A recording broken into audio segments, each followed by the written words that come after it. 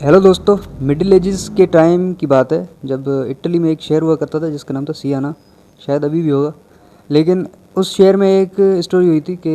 एक इंसान था, एक सोल्जर था जिसने बाहर की या दूसरे किसी स्टेट की जो है ना खुफिया कोई बात थी, इंटेलिजेंस थी जो आके अपने लोगों को, अपने बादशाह को बताई थी, जिसकी वजह से वो सियाना पूरा शहर जो है ना बच गया था पूरी बर्बादी से। ठीक है, तो वो लोग उसको बहुत उससे बहुत खुश हुए, बादशाह भी बहुत खुश हुआ और उसको बहुत इज़्ज़त देने लगे। अब वो सोचने लगे कि भाई हम इसको ऐसा क्या करें कि वो पूरी ज़िंदगी के लिए अमर हो जाए या पूरी ज़िंदगी हम उसको याद रखें, क्योंकि इसने पूरे शहर के लोगों की ज़िंदगी बचाई है या उनको ख़तरे से बचाया है। तो उन लोगों ने बहुत कुछ सोचने के बाद ये डिसाइड किया कि भाई हम ऐसा करते हैं, इसको बहुत दौलतमंद बना देते हैं। किसी ने ये एडवाइस दी, किसी ने कहा कि नहीं हम इसको बहुत पावरफुल बना देते हैं, कि इसको हम बहुत मिनिस्टर कोई बना देते हैं अपने शहर का। तो उन्होंने बोला फिर भी ठीक है, मगर इसको हम ऐसा कुछ करते हैं कि इसको हम पूरी ज़िंदगी के लिए याद रखें, जैसे कि हमारे आने वाली नस्लें भी याद रखें, ये मर भी जाए उसके बाद भी हम इसको याद रखें। तो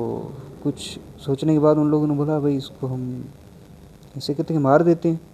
और इसको हम एज अ खुदा पूजेंगे, जो उस वक्त यूरोप वगैरह का जो सिस्टम हुआ करता था इटाली का, क्योंकि वो सूरज को भी देवता मानते थे, चाँद को भी, ऐसे जो उनका सिस्टम चलता रहता था ना।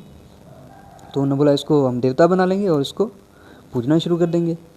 तो उन्होंने ऐसा ही किया, उसको मार दिया और फिर क्या, उसको एज अ खुदा पूजने लगे और इसका किस्सा वहाँ पे ख़त्म हुआ। एक और स्टोरी है जो 1442 की है, जो वीनस की एक सोल्जर की कहानी है जिसका नाम था काउंट ऑफ कर्मागिनोला। ठीक है, ऐसा कुछ नाम था। वो बहुत ही एक अच्छा सिपाही था, बहुत ही ब्रेव था, बहुत ही वेल रिस्पेक्टेड था, बहुत सक्सेसफुल भी था। लोग उसकी बहुत इज़्ज़त किया करते थे, बादशाह भी बहुत इज़्ज़त करता था, जो भी वहाँ पे सिस्टम था वो सब उसकी बहुत इज़्ज़त करता था, क्योंकि वो एक बहुत ही अच्छी रैंक वाला इंसान था और अपने कंट्री के लिए ऑफकोर्स सर्व करता था, बहुत इज़्ज़त करते थे सब लोग उनकी। लेकिन एक दिन जब वो वार पे था फ्लोरेंस के साथ, वीनस और फ्लोरेंस की उस वक्त जंग चल रही थी, तो उसको अचानक से वापस बुलाया जाता है जंग से वापस। और उसको जब वापस बुलाया जाता है उसको बहुत ही अच्छी तरीके से ट्रीट किया जाता है, उसको पूरे रेस्पेक्ट के साथ उसका जो है ना वेलकम किया जाता है शानदार तरीके से। लेकिन दूसरे दिन उसको क्या करते हैं कि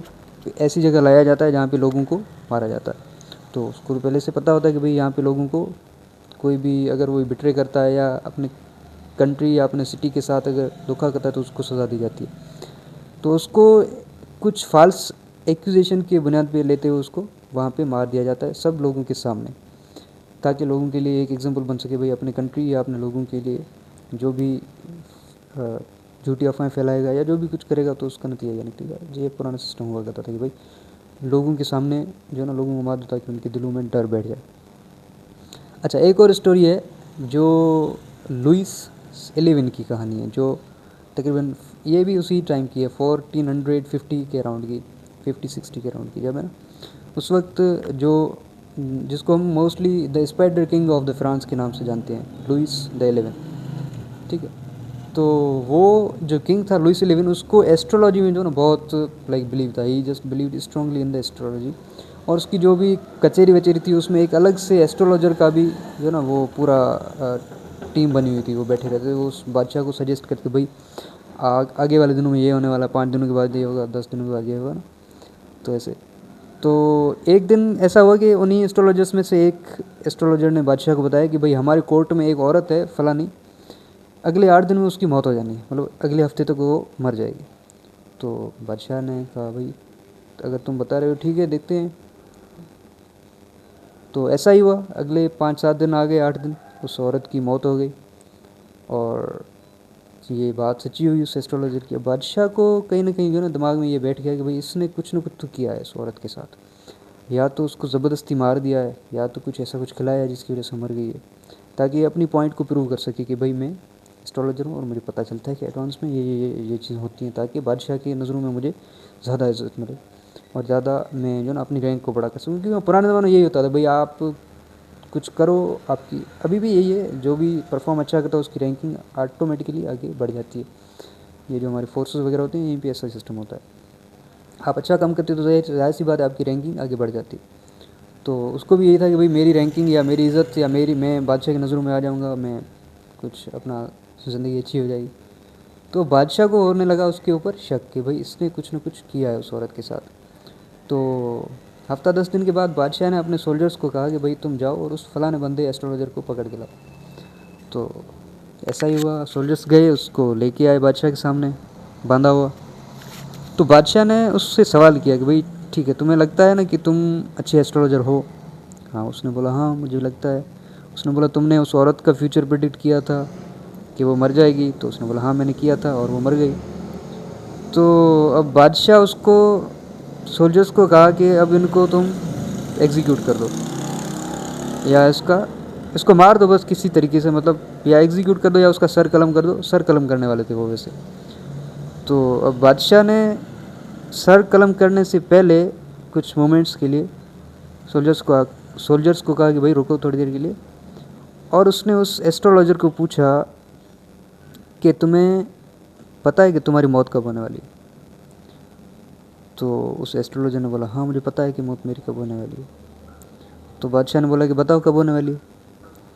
तो उसने बोला कि जी बादशाह, उसने बोला कि माय मैजेस्टी,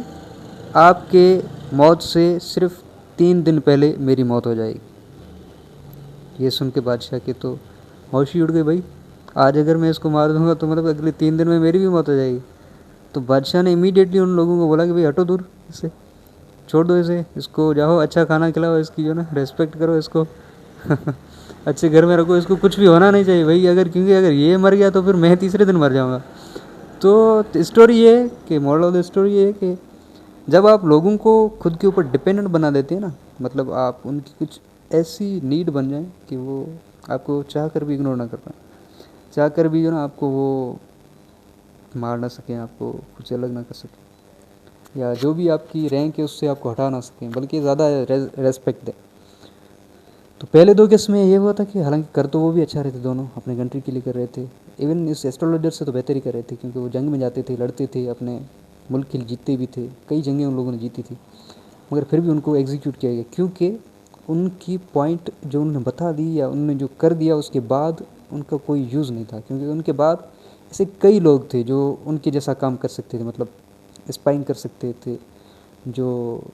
एज अ दूसरा सोल्जर भी आ सकता था ना, बड़ा स्किल्ड सोल्जर तो आ सकता है, कई कई पैदा होते हैं, और ऐसा नहीं है कि आर्मी में एक ही सोल्जर होता है जो अच्छा स्किल्ड हो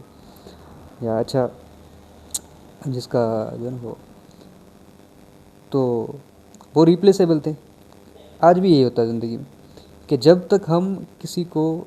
इतना खुद के ऊपर डिपेंडेंट नहीं बना देते ना कि वो हमें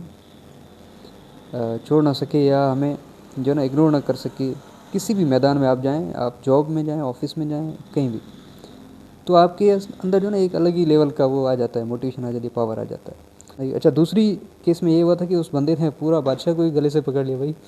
मैं मरूंगा तीसरे दिन तुम मर जाएगा। तो बादशाह तो अब उसके ऊपर पूरा पूरा डिपेंडेंट हो गया ना, अब बादशाह उसको हर लग्जरी देने लगा जो अपने खुद से जीता था, कि भाई कुछ भी हो जाए, मुझे भी कुछ हो जाए, मगर इसको कुछ नहीं होना चाहिए, क्योंकि ये मरा तो तीसरे दिन मैं भी गया। तो ऐसी कुछ स्टोरी थी उस बंदे की। इन तीनों स्टोरी से ये सीखने को मिलता है कि भाई